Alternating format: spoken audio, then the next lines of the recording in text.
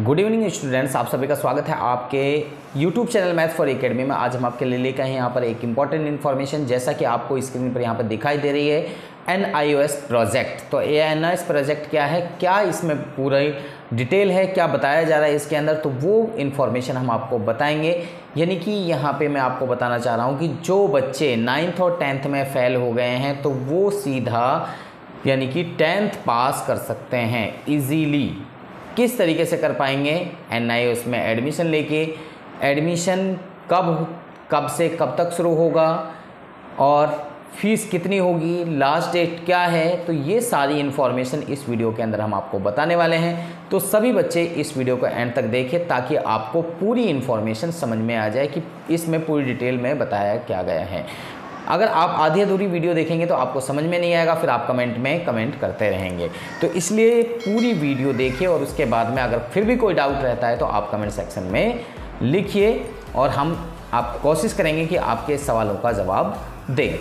अगर आप अभी तक हमारे चैनल पर नए हैं तो हमारे चैनल को सब्सक्राइब कीजिए और उसके साथ बेल आइकन को दबाइए ताकि आपको सारे नोटिफिकेशन, जितने भी हम वीडियोस बनाते हैं उनके नोटिफिकेशन आपको मिलते रहें। तो चलते हैं बगैर देरी के हम, और आगे यहाँ पर इस सर्कुलर में क्या बताया गया है तो हम आपको बताते हैं। अगर आपको ये वीडियो पसंद आए तो वीडियो को लाइक ज़रूर करें और दूसरे बच्चों को भी शेयर करें ताकि और बच्चों का भी बेनिफिट हो सके। तो चलिए, यहाँ पर आपके लिए जो बच्चे कंपार्टमेंट आई है या फेल हो गए हैं तो उनके लिए बहुत अच्छी खबर है ये।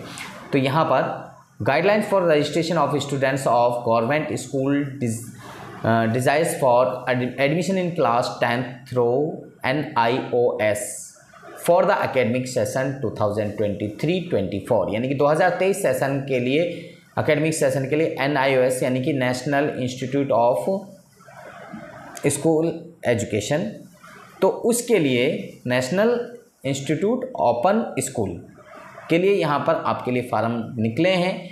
कब से कब तक हैं तो ये आप यहाँ पे देखिए। सबसे पहले last date of submission of online application and payment of requisite fees is 31 July 2023, यानी कि 31/7/2023 इसकी लास्ट डेट है submission of online application. Payment of जो पेमेंट है वो भी 31/7/2023 तक ली जा सकती है, बेस्ट लास्ट है वो। उससे पहले ही करा लें तो ज़्यादा बेटर रहेगा अगर आप यानी कि एडमिशन उसमें लेना चाहते हैं तो। आगे यहाँ पे the willing students of government, जो बच्चे इच्छुक हैं गवर्नमेंट स्कूल्स के, in the following 2 categories can register for admission in class 10th under NIOS project 2023-24 at the school where they have situated studies, जहाँ पर वो स्टडी कर रहे हैं तो वहाँ पे वो यानी कि करा सकते हैं, रजिस्ट्रेशन करा सकते हैं फॉर एडमिशन के लिए class 10th under NIOS project के अंदर।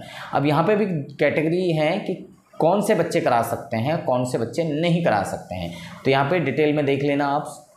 सबसे पहले पहला पॉइंट है the students of class 9th और 10th हु वर इनरोल्ड, जो इनरोल थे, ठीक है, जो बच्चे इनरोल थे and had appeared in annual exam, और जिन्होंने एनुअल एग्ज़ाम दिया है but their result was declared as failed, जो 9th क्लास में फेल हो गए या 10th क्लास में फेल हो गए, उन बच्चों के लिए 1 or more टाइम्स, एक या एक से ज़्यादा बार, एक बार फेल हुए हैं या एक से ज़्यादा बार फेल हुए हैं, या फिर कंपार्टमेंट आई हो इन द सेशन 2022 और 23।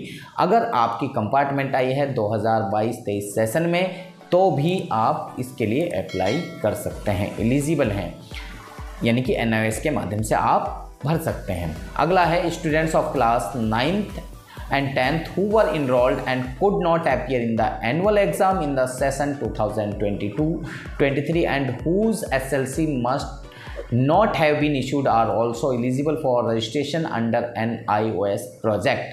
अब यहाँ कह रहे हैं कि जो बच्चे 9th और 10th में पढ़ते थे and could not appear annual exam, जिन्होंने एनुअल एग्ज़ाम नहीं दिया 2022-23 का और जिन्होंने अभी तक SLC भी नहीं ली है स्कूल से, यानी कि स्कूल लिविंग सर्टिफिकेट आपने अगर नहीं लिया है तो भी आप NIS के माध्यम से रजिस्ट्रेशन करा सकते हैं।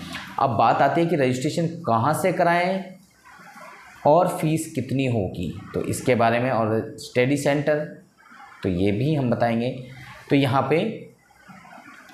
यहाँ पे आपके लिए 2 कैटेगरी हैं। अभी मैंने आपको बताया कि जिन बच्चों ने 9th और 10th के एग्ज़ाम दिए हैं और फेल हो गए हैं या कंपार्टमेंट आई है, तो वो बच्चे NIS में जा सकते हैं, NIS के माध्यम से पेपर दे सकते हैं। दूसरी कंडीशन, अगर जो बच्चे 9th और 10th में पढ़ते थे लेकिन उन्होंने क्या नहीं किया, एनुअल एग्ज़ाम नहीं दिए 2022-23 के, और अभी तक उनकी SLC इशू नहीं हुई, यानी कि स्कूल लिविंग सर्टिफिकेट इशू नहीं हुआ, तो वो बच्चे भी क्या कर सकते हैं, ये NIS के माध्यम से अप्लाई कर सकते हैं। अप्लाई कहाँ करना है, कब करना है, कैसे करना है, तो ये भी आगे की बात है कैसे करना है।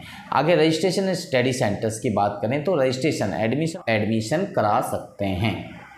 Registration admission of the students will be done at the parent school level where the student studies in class 9th and 10th during the session 2022-23 through online MIS module. यानी कि वो बच्चे अपने पेरेंट स्कूल में जाए, parent school का मतलब जहाँ पे आप पढ़ते हैं उसी स्कूल में आपने जाना है और वहाँ पे जाके अपने टीचर से बात करनी है, वहाँ पे जो एडमिशन इंचार्ज है उससे बात करनी है, और जो यानी कि एग्ज़ाम इंचार्ज है उससे आप बात करिए, तो वहाँ पे आपका एडमिशन जो है NIS में हो जाएगा। ठीक है जी, तो आप वहाँ जाके अपना एडमिशन करा सकते हैं। आगे, the class for boys and girls will be held at 100 designated study centres across Delhi at a government schools. The number of study centres में vary as a per strength of the student. तो यहाँ पे decide करते हैं कि लड़के और लड़कियों की जो क्लासेस होती हैं वो 100 यानी कि स्टडी सेंटर्स हैं दिल्ली के अंदर गवर्नमेंट स्कूल्स में, और number of study centres strength जितनी होती है बच्चों की उसके हिसाब से बनाए जाते हैं। इसके बाद में सब्जेक्ट ऑफर्स फॉर रजिस्ट्रेशन। आपको कौन कौन से सब्जेक्ट यहाँ पर मिलेंगे। लैंग्वेज एनी 2 लैंग्वेज आप ले सकते हैं, हिंदी इंग्लिश संस्कृत में से कोई भी 2 लैंग्वेज। कंपलसरी सब्जेक्ट है सोशल साइंस, कंपलसरी सब्जेक्ट। इसके बाद में अदर सब्जेक्ट आप ये 4 ऑप्शन में इनमें से एनी 2 सब्जेक्ट आप ले सकते हैं। Students can also option 1 additional subject.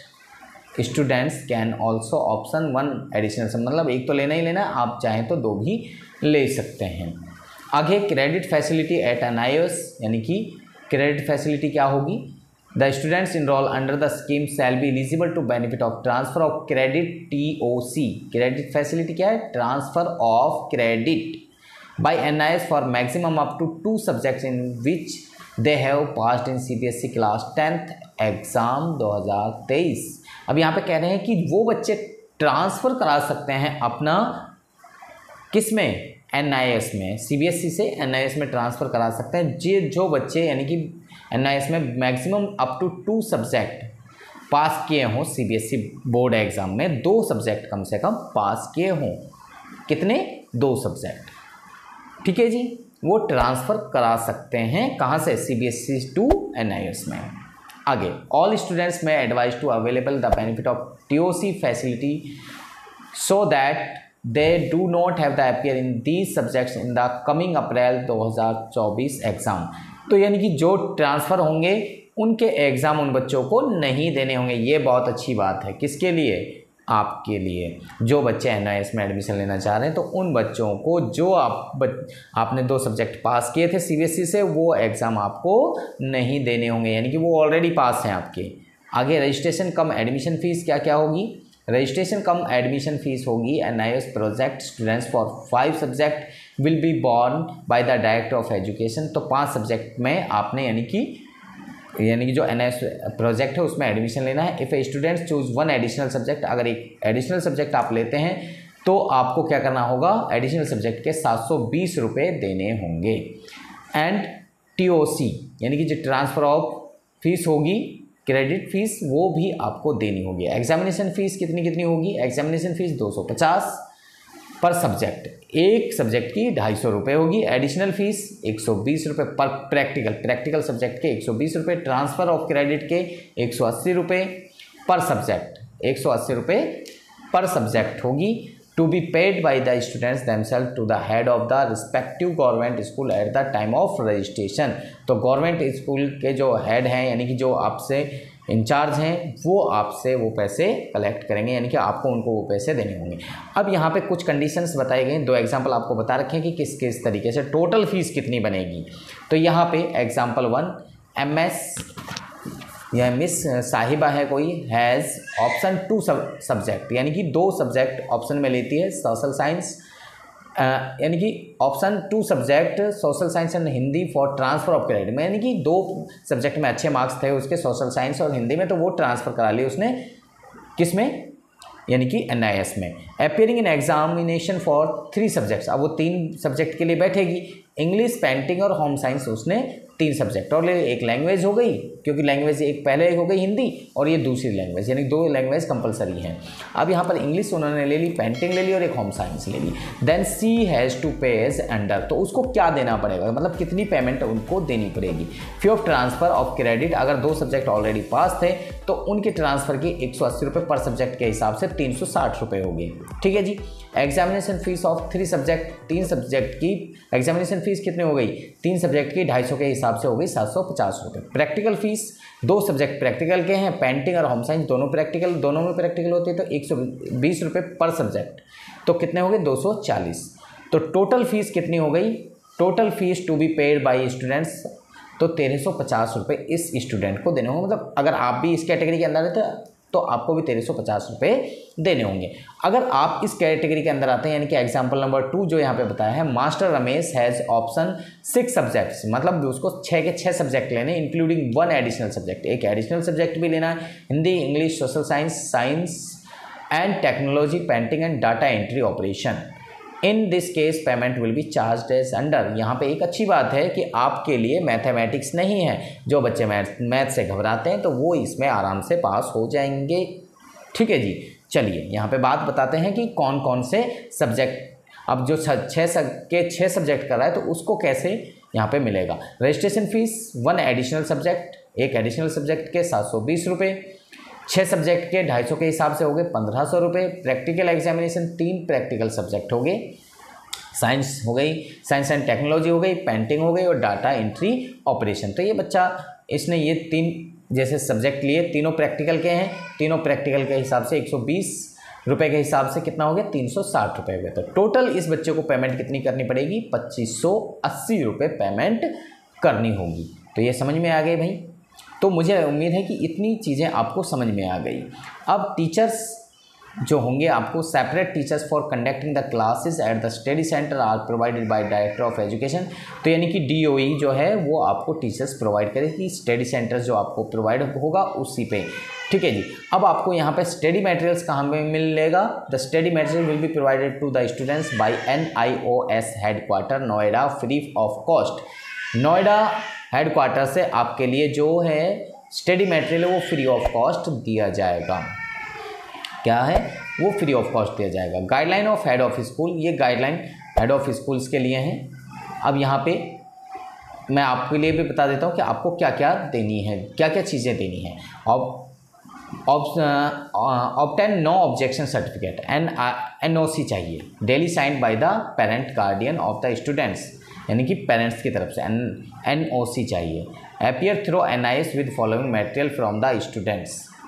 आगे नंबर 1, 2 आपको लेटेस्ट कलर फोटोग्राफ, यानी कि जो अभी खींचे हुए हैं 2 आपको फ़ोटो चाहिए, जिस पे with date of photo taken and name of the students, जिस पे ऊपर नेम लिखा हो, नीचे डेट लिखी हुई हो, वो फोटोग्राफ 2 फोटो लेटेस्ट चाहिए, यानी कि ताज़ा खींचे हुए।